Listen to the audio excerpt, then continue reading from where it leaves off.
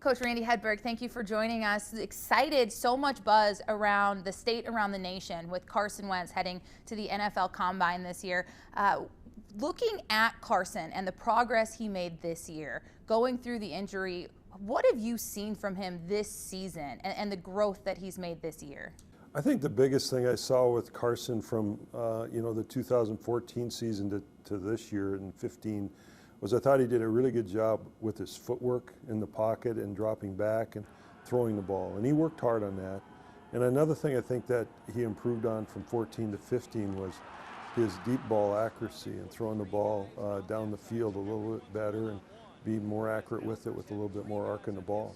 Gosh, when you took this position and you were coming to NDSU, there were a lot of positives in it for you, being a North Dakota guy, but to know that you were going to coach Carson Wentz, what was that experience like the first time you actually saw him in action? Well, I remember the first time I met Carson, because we had recruited him when I was at Southern Illinois, and we'd offered him while I was down there, but he didn't give us a lot of attention, and the Bison was probably the main reason. But when I first met Carson was the day after they got back from the national championship game from 213. And we met for about an hour, a little over an hour and a half probably, and I was impressed with his size and his acumen for football and his knowledge and just his outright intelligence that he had.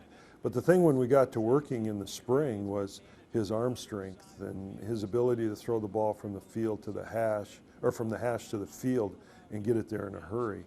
And then also his athleticism. It stood out to you right away once you saw him work out. When did you know that he would have a future in the NFL? You know, we sat down after the 2014 championship. We came back January of 15, and we sat down and talked a little bit. And I just mentioned, we're going to be able to, I think you have some attention coming to you in the next few months here. I didn't know that it was going to happen as fast as it did.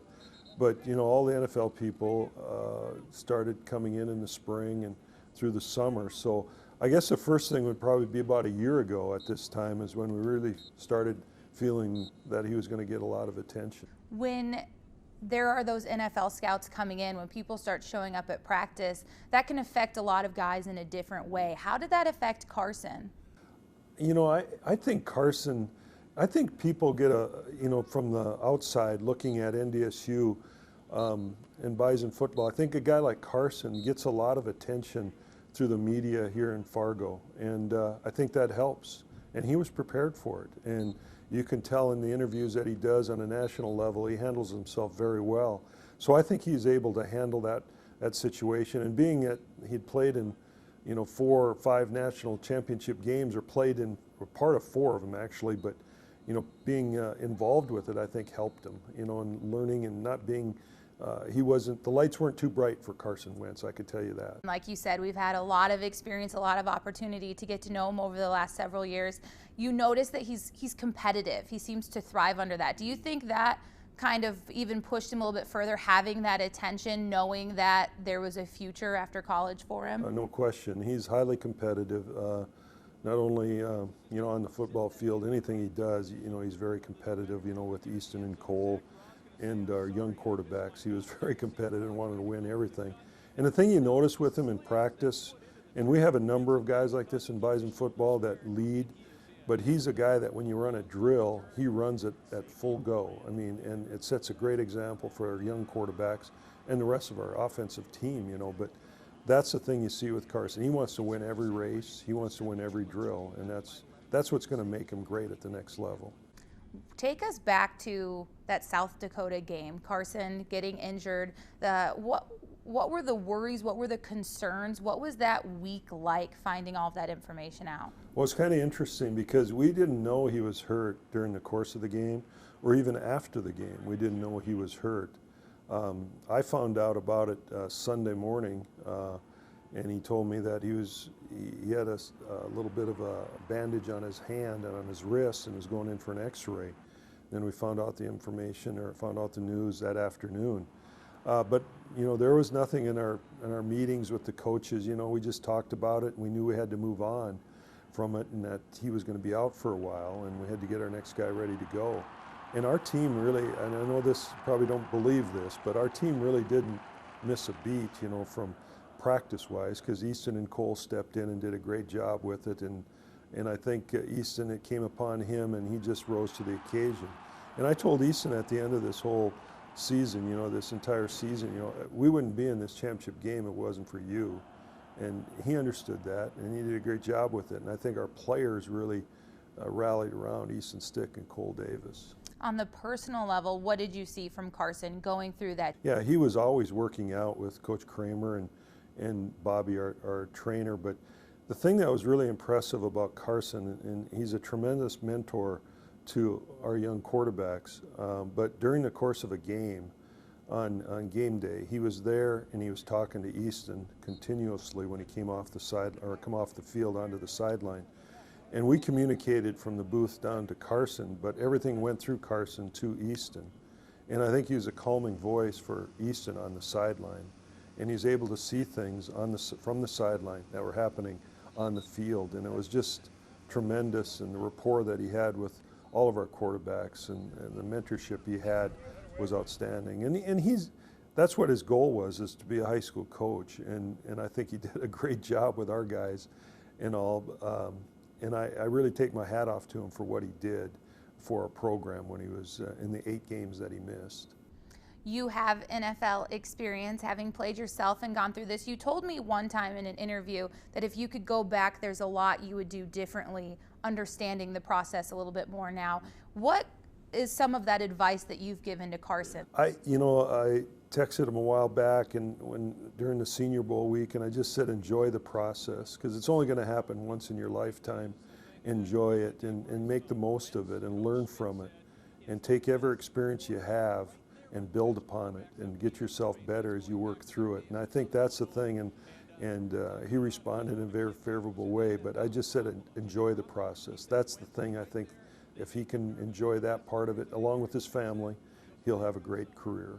He's been able to grow up a lot within the NDSU family, but when you go into the NFL, he's now playing with all these different people. How difficult is that adjustment, just not having Zach Vraw and RJ Urzendowski and those familiar targets that he's used to? Is that a tough adjustment for a quarterback? I think it'll be difficult, because you come into training camp and you're going to have a roster of 90 guys, and there might be 4 or 5 quarterbacks, whatever there is, but then there's going to be 12 receivers, you know, and you're probably going to end up with probably 6 or 7 of them playing during the course of the year. So you're going to have friends that are going to develop friendships during the course of that time, and then you're going to lose those guys. It's a different game. It's a business, as we all know. But I think that's the biggest thing he's going to see. It's going to be hard that way to learn all of that, and also probably with friendships that you've had for 4 or 5 years in college, you probably won't be able to have that in the NFL game.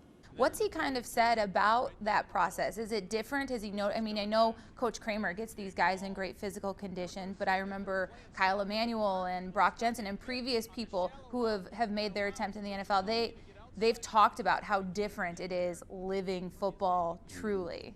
Yeah, he's in California right now, Carson is, and working out on a daily basis. So he'll go in and work out, from what I gather, and do his drills and his running and lifting drills that he does. He says he's got one of the best strength and conditioning guys in the business there at his facility.